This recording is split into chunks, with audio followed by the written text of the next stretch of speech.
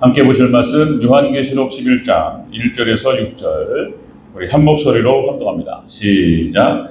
또 내게 지팡이 같은 갈대를 주며 말하기를 일어나서 하나님의 성전과 제단과 그 안에서 경배하는 자들을 측량하되 성전 바깥마당은 측량하지 말고 그냥 두라. 이것은 이방인에게 주었은즉 그들이 거룩한 성을 42달 동안 짓밟으리라. 내가 나의 두 증인에게 권세를 주리니 그들이 굵은 베옷을 입고 1260일을 예언하리라. 그들은 이 땅의 주 앞에 서 있는 두 감람나무와 두 족대니 만일 누구든지 그들을 해하고자 하면 그들의 입에서 불이 나와서 그들의 원수를 삼켜버릴 것이요 누구든지 그들을 해하고자 하면 반드시 그와 같이 죽임을 당하리라. 그들이 권능을 가지고 하늘을 닫아 그 예언을 하는 날 동안 비가 오지 못하게 하고 또 권능을 가지고 물을 피로 변하게 하고 아무 때든지 원하는 대로 여러 가지 재앙으로 땅을 치리로다. 아멘. 네, 인사합니다. 오직 예수님. 네, 예수님의 은혜와 평강이 넘치시기를 축원합니다. 아멘. 네, 오늘 함께 보신 말씀 요한계시록 11장 1절에서 6절. 오늘 본문을 토대로 두 증인의 사역 모습. 지난주에 이어가도록 하겠습니다. 두 증인의 사역 모습. 요한계시록도 마찬가지입니다. 그리고 다니엘서도 마찬가지고 서론, 본론, 결론 이렇게 나뉘어 있습니다. 그래서 우리가 결론 말씀을 미리 받고요. 요한계시록 결론을 받고 이제 본론에서 4대 비밀이 나옵니다. 7인 7나팔 7대접에 엄청난 재앙이 쏟아질 것이 요한계시록의 본론에 나와 있어요. 본론에. 그리고 별의 비밀, 촛대의 비밀, 음녀의 비밀, 짐승의 비밀 이렇게 4대 비밀이 나옵니다. 대체 짐승은 누구냐? 계시록에 나와요. 제가 이제 교황이라고 말씀드렸는데 교황이 아니면 안 되는 거예요. 그러니까 그 계시록에 딱 나와요. 그리고 또 이제 음녀가 누구인가? 그리고 마지막에 정말 대환란 때 활동할 그 주의 종, 그러니까 이제 별의 비밀, 주의 종 두 증인을 얘기하는데 두 증인의 모습은 어떤 모습인가? 그 다음에 이제 마지막 촛대의 비밀, 종말 때 대환란을 이길 수 있는 교회는 어떤 모습인가에 대해서 계시록에 나와요. 계시록 내용이에요. 이게 학자 이론이 아니고 제가 뭐 주장하는 것도 아니고 계시록 얘기입니다. 그것들을 하나씩 살펴가고 있는데요. 지금 이제 별의 비밀을 진행하고 있습니다. 별, 그러니까 이제 마지막 종말 때 활동할 두 증인이라고 표현하고 있어요. 자, 그러면 두 증인은 어떤 모습인가? 오늘 본문에 그래서 이제 이런 식의 사역을 하게 될 것이다라고 기록하고 있어요. 그래서 마지막 종말 때 하나님께서는 역시 모세를 보내셔서 이스라엘 백성들을 출애굽시키시고 광야 40년을 인도해서 가나안 땅까지 인도합니다. 자, 그 다음에 초대교회 또 하나님 예수님께서 사도들 12사도를 선택하시고 그들을 훈련시키셔서 초대교회를 세우시고 그리고 이제 마지막 그러니까 예수님 당시에 참된 믿음의 백성들을 그렇게 해서 구원하시고 인도하셔요. 사도들을 통해서. 마지막 종말 때도 똑같습니다. 하나님께서 선택하신 종들이 있다는 거예요. 그들을 통해서 하나님께서 택하신 백성들과 그리고 교회를 지키시겠다는 거예요. 여러분들 그러니까 종말로는 그러니까 믿지 않는 사람들한테는 저주가 돼요. 그리고 재앙이 되고 두려움이 됩니다. 그런데 믿음의 백성들한테는 이렇게 기분 좋은 얘기가 없어요. 굉장히 축복이 되는 거예요. 여러분들 말씀이 계시록을 중심으로 한 종말에 관한 말씀들이 복이 되시기를 주의 이름으로 축원합니다. 지켜주시겠다 해. 철저하게 하나님께서 보호하시겠다 이런 얘기입니다.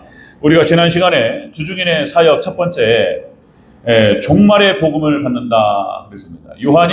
사도 요한이 요한계시록을 받습니다. 예수님께서 천사들을 통해서 들려주신 말씀을 기록합니다. 그래서 마지막 종말 때 이런 일이 벌어질 것이다를 정확하게 다 알려주세요. 그리고 그거를 듣고 보고 기록을 해요. 그리고 종말이 일어날 일에 대해서 정확하게 선명하게 하나님 드러내세요.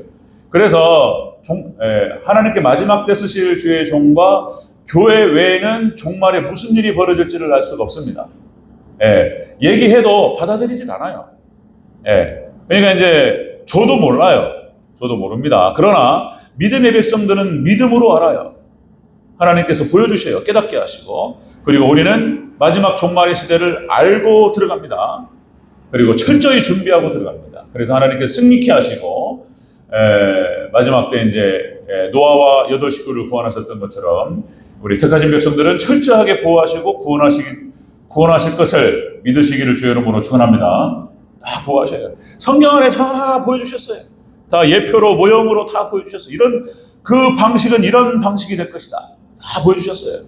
그것들을 제가 이제 말씀을 드리는 겁니다. 종말의 복음을 받고 두 번째는 예배자를 측량한다 그랬습니다. 예배자가 이제 지성소 신앙과 성소 신앙과 성전 안뜰 신앙이 나뉩니다. 성전 바깥들은 측량하지 않습니다. 이방인들에게 해당되는 것이고 거기는 심판의 대상이 됩니다. 교회를 공격해요. 성전 바깥에. 그러니 하나님께 보호하셔요. 자, 그런 얘기고요. 그 다음에 두 중에서 세 번째는 권세를 받습니다. 모세의 권세와 엘리야의 권세를 받습니다. 오늘 본문에 기록된 것이 그거예요. 모세의 권세를 받고, 그죠? 지팡이를 들어서 가리키면 막 하늘에서 막 어마어마한 일들이 벌어지고, 막 바다가 흘러지고 피가 되고 막 이렇게 돼요. 이런 권세를 받고, 이런 것은 다른 게 아니고 하나님 택하신 백성들을 성도를 보호하고 교회를 보호하는 딱 지킵니다. 하나님께서. 자, 그 다음에 그렇게 해서 네 번째 연결시켜 가도록 하겠습니다. 자, 두 증인의 사역 모습. 네 번째는 굵은 베옷을 입습니다. 이 두 증인이 굵은 베옷. 이거는 회개 운동을 말하는 거예요. 마지막 때 두 증인의 사역은 철저한 회개 사역이에요. 하나님께로 돌이키고 회개로 하나님과의 관계를 회복할 것을 선포하는 거예요. 자, 회개 운동입니다. 3절을 다시 한번 읽겠습니다. 3절. 우리 11장 3절 함께 있습니다. 시작. 내가 나의 두 증인에게 권세를 주리니 그들이 굵은 베옷을 입고, 아멘. 굵은 베옷을 입습니다. 이 굵은 베옷이라고 하는 것은 자, 회개를 상징하는 거예요. 회개. 그러니까 이스라엘 백성들이 하나님께 나아가서 회개를 할 때 상징적인 것들이 있어요. 굵은 베옷을 입고 옷을 찢었다. 죄를 뒤집어 썼다. 이게 회개의 모습이에요. 그 다음에 금식합니다. 금식. 그렇게 하면서 이제 이 금식이 나오고 죄를 뒤집어 쓰고 옷을 찢고 베옷을 입었다라고 하는 것은 회개의 모습을 말하는 거예요. 여러분들 수요 예배 때 다니엘서 9장부터 시작됩니다. 지금 진행하고 있는데 다니엘서 9장에 이제 다니엘의 모습이 나와요. 다니엘의 모습은 그러니까 마지막 그 종말 때 활동할 두 증인에 예표하는 거예요. 두 증인의 사역을 예표합니다. 자, 다니엘이 20일이 넘게 금식합니다. 그리고 하나님께 부르짖어요. 우리 조상들의 죄악과 이 민족의 죄악을 용서하여 주시옵소서. 베옷을 입고 회개합니다. 하나님 용서하여 주시옵소서. 모세가 이스라엘 백성들이 출애굽하고 광야에서 금송아지를 만들어가지고 그것이 하나님이라고 그러고, 우상이라고 하는 건 그런 거예요. 우상이라고 하는 것은 자기 마음대로 만들어가지고 자기 마음대로 하고 싶은 거예요, 그냥. 그게 무슨 그게 하나님이라고 말할 수 있냔 말이죠. 자기 마음대로 그냥 하나 만들어 놓고 그냥 자기 마음대로 하는 게 우상이에요, 그냥. 이스라엘 백성들이 그런 죄를 범했을 때 하나님께서 모세를 통해서 이 백성을 다 쓸어버리고 너를 통해서 내가 다시 민족을 세우겠다, 이렇게 말씀하세요. 모세가 온몸을 던져서 하나님 말려요. 이 백성을 불쌍히 여겨주시옵소서. 용서해달라고. 예수님의 모습을 상징적으로 보여줍니다. 이 백성을 용서해달라고. 그렇지 않으면 제 이름도 하나님 빼주시옵소서. 이런 사역을 하게 되죠. 마지막 때 두 증인의 사역은 굵은 베옷을 입고 회개 운동을 일으킨다라고 하는 것입니다. 자, 여러분들 금방 말씀드렸듯이 여러분들 회개라고 하는 것은 하나님께 예배로 나아갈 때, 제사로 나아갈 때, 그리고 기도로 나아갈 때 항상 첫 번째로 하는 의식이에요. 그러니까 성막에 물두멍이 있는 거예요. 물두멍이. 번제단에서 제물을 잡고, 그리고 성소로 들어갈 때, 성소를 거쳐 지성소로 들어갈 때 물두멍에 손을 씻는 거예요. 이 회개를 상징합니다. 회개를. 그래서 하나님께 기도로 들어갈 때 항상 하나님 불쌍히 여겨주시옵소서. 예수님의 보혈의 피를 의지하고 예배를 들어갈 때 항상 회개로부터 시작된다는 거예요. 회개로부터. 여러분들 회개밖에 없는 줄로 믿습니다. 여기서부터 생명이 살아나는 역사가 있다. 이스라엘의 능력은 회개에서부터 시작되는 거예요. 하나님께 이스라엘 백성들을 사용하시고 택하신 백성들을 사용하시고 그들을 통해서 빛과 소금의 역할을 사명을 감당하게 하시고 거기서 회개에서부터 오는 거예요. 회개. 그들을 덮어주시고 보혈의 피로 덮어주시고 십자가 뒤에 감춰주시고 예수님의 반석으로 가려주시고 그러죠? 희생양의 피로 딱 덮어요. 절대로 못 건드려요. 예. 죽음의 사자가 건들 수가 없습니다.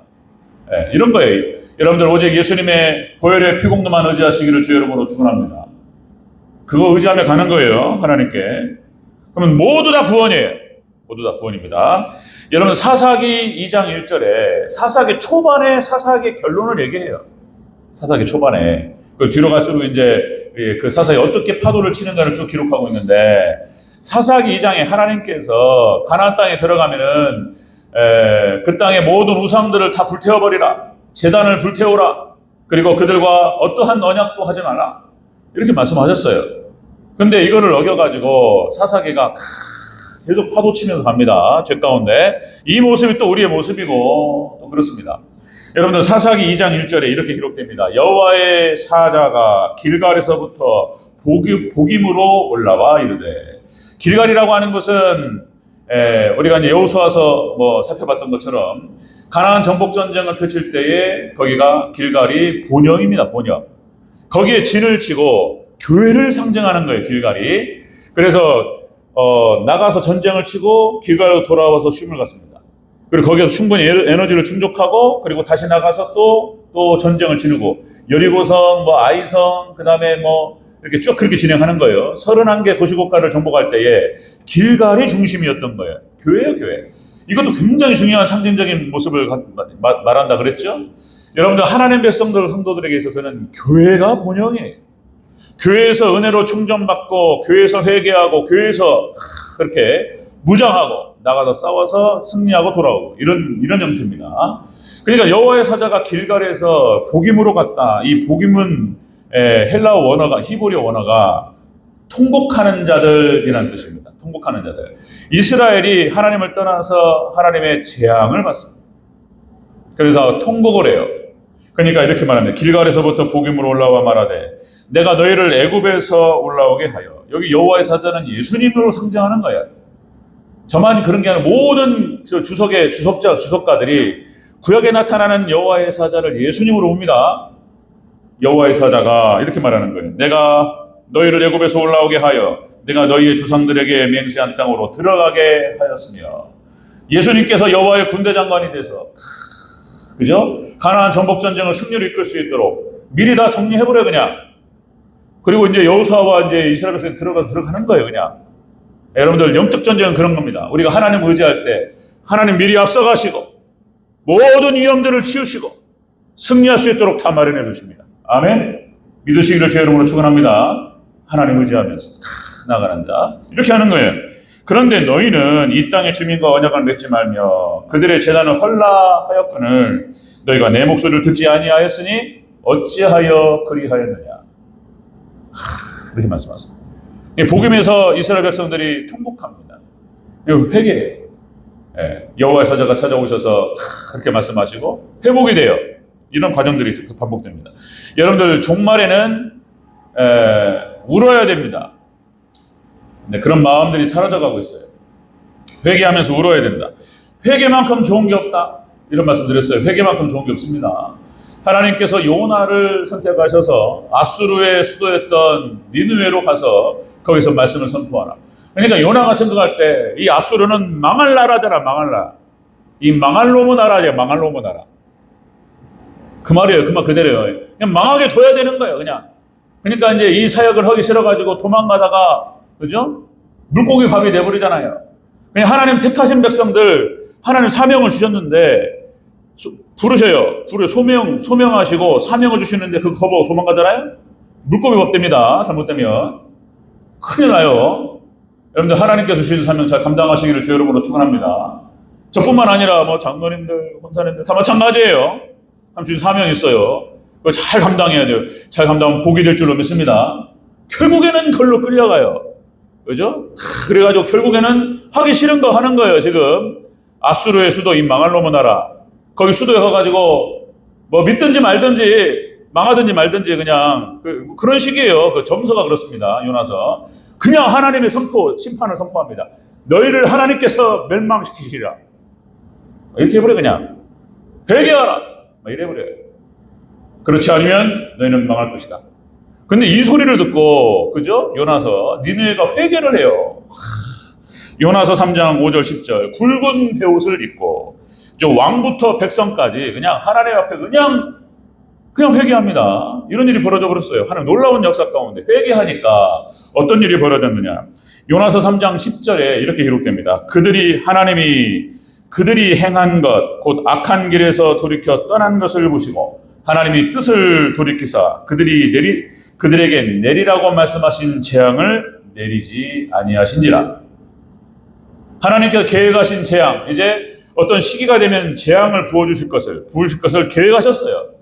이거를 돌이키십니다. 하나님께서. 그러나 결국에는 죄로 인해서 역시 아수르의 수도였던 니느웨는 망합니다. 결국은 망해요. 근데 하나님 회개하는 자는 돌이켜 주셔요. 자, 우리가 다니엘서 나누면서 그런 말씀 드렸죠?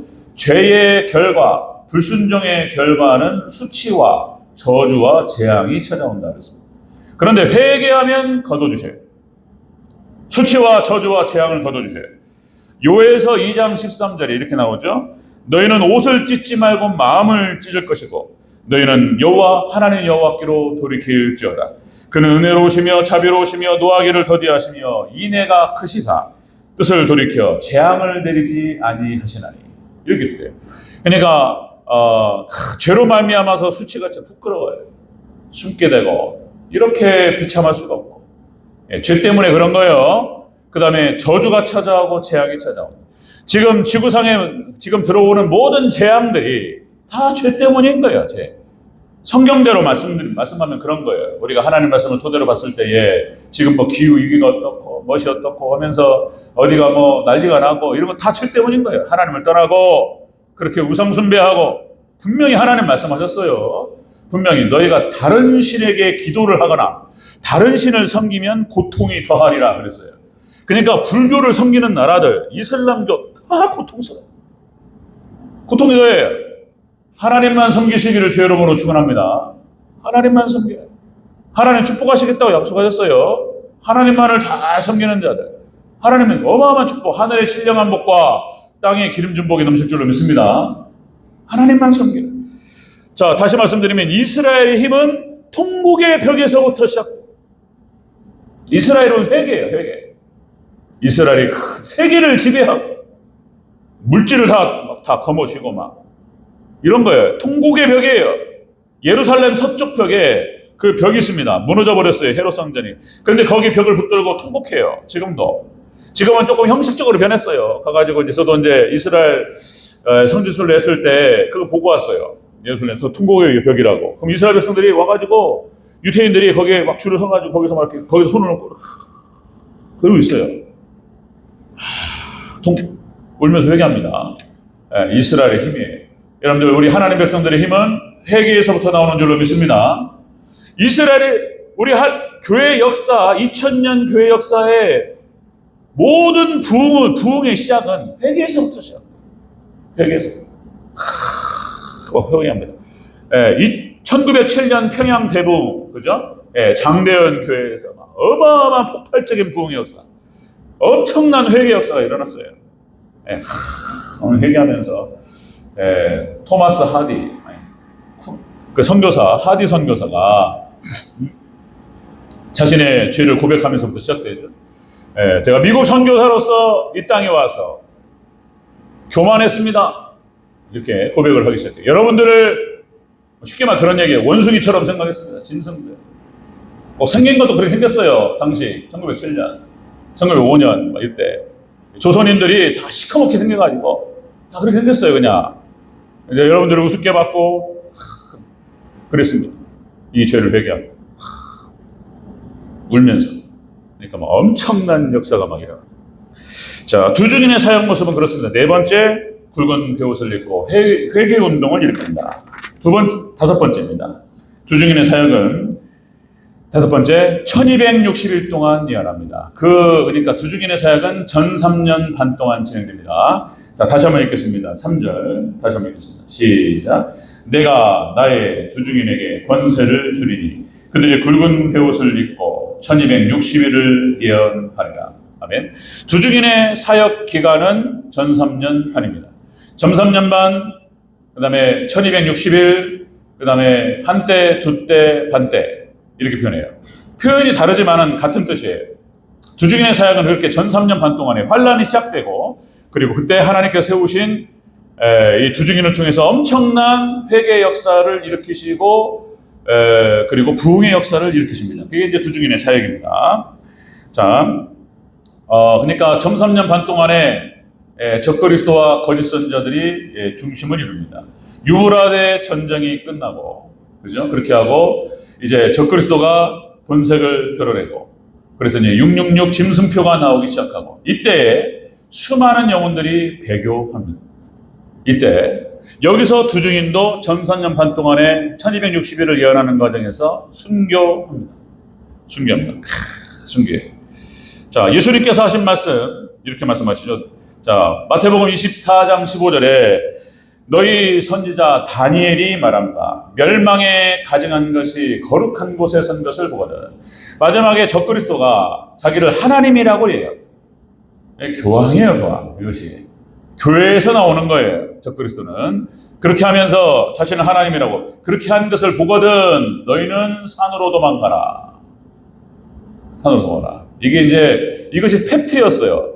당시에 그러니까 AD 70년 로마 디도 장군이 와가지고 개선 장군처럼 와가지고 이스라엘을 갖다가 회파합니다. 그때 많은 사람들이 이 소식을 듣고 이걸 못을 봐요. 그리고 예수님 말씀을 들었던 사람들은 산으로 도망갔어요. 진짜로 산으로 도망간 자들은 살았어요. 산으로 도망가가지고 숨었습니다. 이건 또 상징적인 의미도 갖고 있는 거예요. 산은 예수님을 상징한다, 교회를 상징한다 그랬습니다. 여러분들 종말 때에 적그리스도가 출현하면 철저하게 우리는 교회 그리고 예수님께로 피하시기를 주의 이름으로 축원합니다. 교회가 보호해요. 예수님이 보호하셔요. 보호하라. 자, 여러분들 환란 전반부에 일어날 일에 대해서 잠깐 말씀드리면요. 자, 종말론을 종합적으로 봤을 때에 엄청난 박해가 교회에 가해집니다. 교회에 쏟아져요. 그리고 이제 두중인 일부 중에 순교의 역사가 일어납니다. 순교가 일어나고 순교의 피를 흘립니다. 주의 종들이 죽어나가고 그러면서 이제 잠자던 교회가 깨어납니다. 이상하게 교회는 박해를 가하면 깨어요. 평안하면 자요. 평안하면 자. 근데 고난이 오고 환란이 오면 깨요. 성도들이 들풀처럼 일어납니다. 그리고 딱 깨요. 영적인 수면 상태에서 깨어서 일어나요. 순교가 일어나고 그리고 깨어 일어납니다. 그 다음에 강력한 성령의 역사가 일어납니다. 이제 자 그렇게 해서 7명 늦은 비 성령이 교회에 엄청나게 쏟아져요. 교인들이 회개하면서 막 기도하기 시작합니다. 순교가 일어나고 이런 일이 벌어져요. 그 다음에 이제 왕성한 선교 활동이 벌어집니다. 이때부터. 그리고 택하신 백성들을 하나님 모으셔요. 교회를 통해서 모으시는 거예요. 쫙 모으셔요. 그리고 5번째가 이제 교회가 이제 분리 현상이 벌어집니다. 분리돼요. 그러니까 이제 예수님께서 마태복음 13장에서 알곡과 가라지를 분리하시듯이 마지막 종말 때 분리됩니다. 분리 현상이 벌어져요.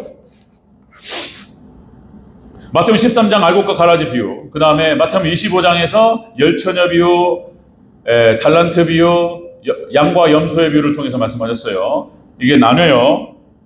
기름을 준비한 5처녀와 기름을 준비하지 않은 5처녀가 나뉩니다. 그 다음에 1달란트 받은 자와 2달란트 받은 자가 나뉘어요.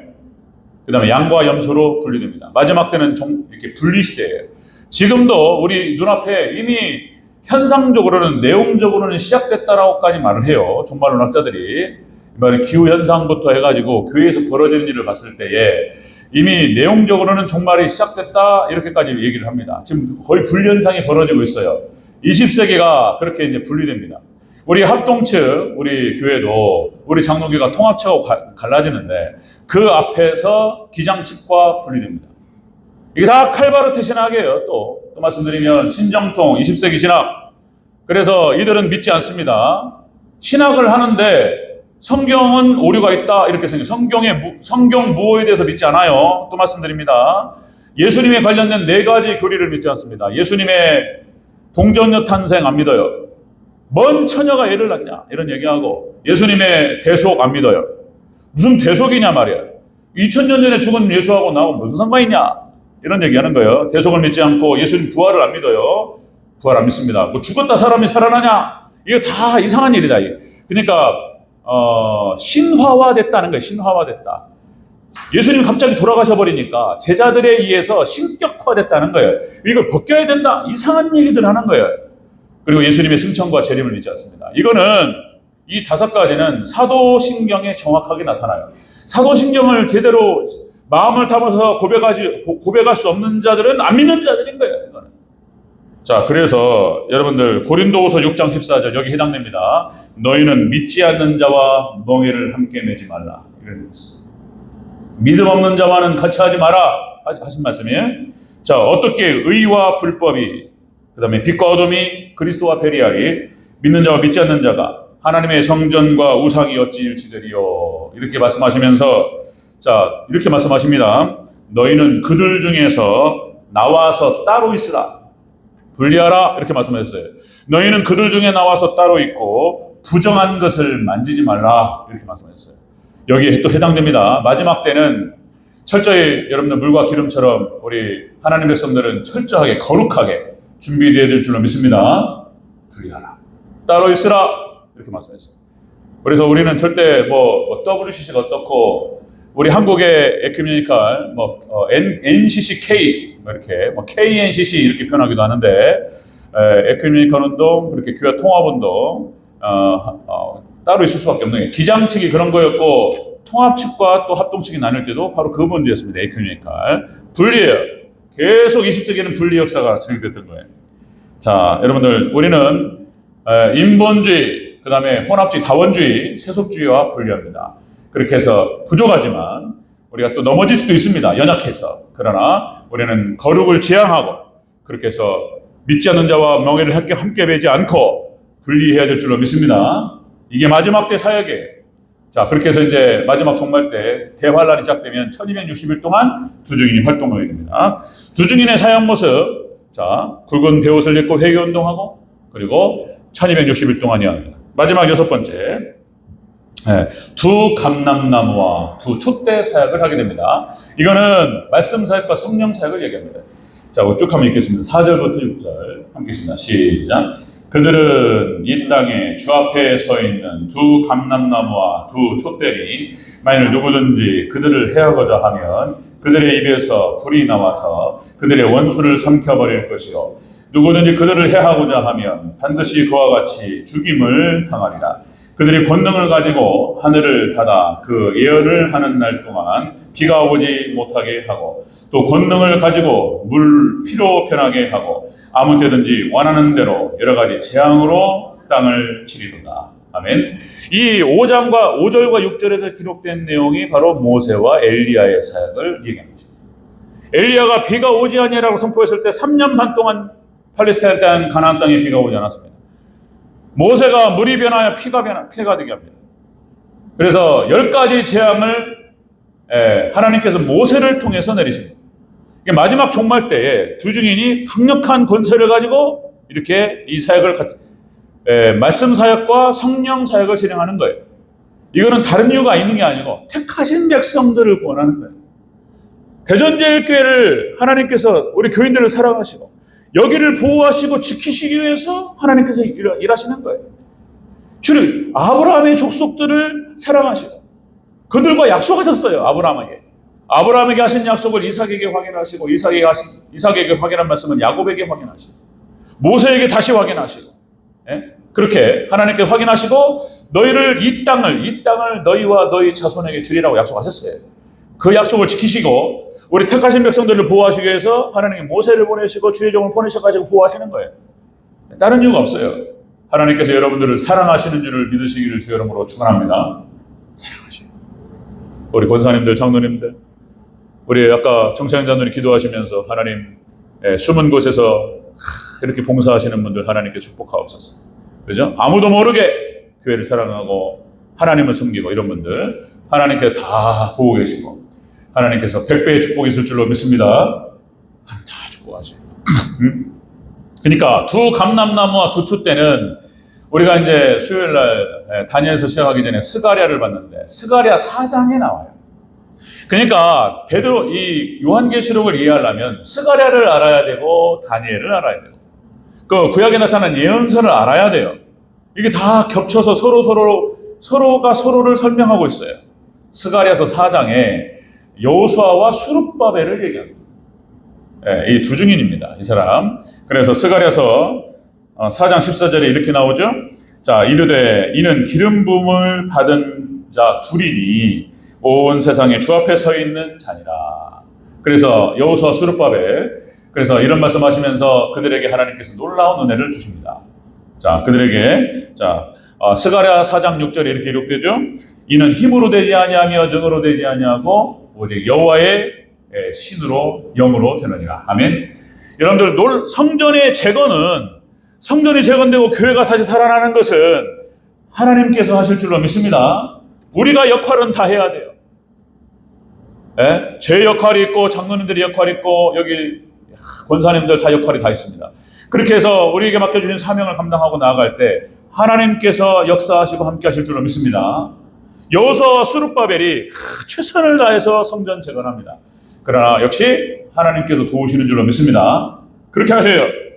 여기 두 감람나무와 두 촛대는 그러니까 감람나무는 성령을 상징하는 것이고 감람류를 말하는 거예요. 두 촛대는 교회를 말하는 거예요. 교회. 그래서 마지막에 교회를 바로 세웁니다.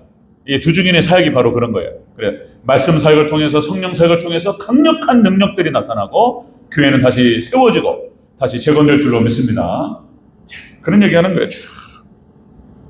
마지막 때는 역시 거짓 선지자들이 판을 치는데 거짓 선지자들은 그러니까 구약 이스라엘이 멸망할 때에도 거짓 선지자들 예수님 당시 로마에 멸망할 때에도 당시 다 거짓 선지자예요. 제사장들, 바리새인들 예수님께서 얼마나 화가 나셨으면 하나님이십니다. 예수님 하나님께서 막 거칠게 말씀하셔요. 욕을 하셔요. 이 독사의 자식들아. 이런 말씀하시면서 거짓 선지자들. 그래서 택하신 백성들을 현혹시키고 이렇게 하는 거야. 마지막 때 하나님께서 산채로 집어넣어버려요. 그냥 산채로. 그렇게 하는 심판하시겠다고 말씀하셨어요. 그대로 갑니다. 우리는 알고 들어가요. 자, 이렇게 두 증인의 사역들이 진행됩니다. 두 증인의 사역은 시대의 표적을 알고 우리의 목표를 알고 방향을 알고 그리고 방향을 지시하고 방향대로 가게 인도를 하는 거예요. 모세가 했던 사역입니다. 광야에서 뭐가 어디 있는지 몰라요. 그냥 다 벌판이에요. 다 그냥. 아무것도 안 보여요. 그냥 수평선밖에 안 보여요. 거기 어디로 가면 뭐가 있고 다 알아요. 그래서 방향과 목적지를 알면서 쫙 인도합니다. 여러분들 천국까지 하나님께서 마지막 두 증인을 통해서 인도하실 줄 믿으시기를 주의 이름으로 축원합니다. 하나님 인도가 책임지셔요. 하나님께서 그렇게 하시겠다고 말씀하셨고 자 마지막 정리하겠습니다. 두 증인의 사역은 이렇게 됩니다. 별의 비밀 마지막에 종말 때 활동할 수 있는 주의 종의 모습입니다. 비밀로 엮였는데 여기 딱 하나님 말씀하시는 거예요. 자, 첫 번째 종말의 복음을 받고 두 번째 예배하는 자들을 측량하고 그리고 세 번째 엄청난 권세를 받습니다.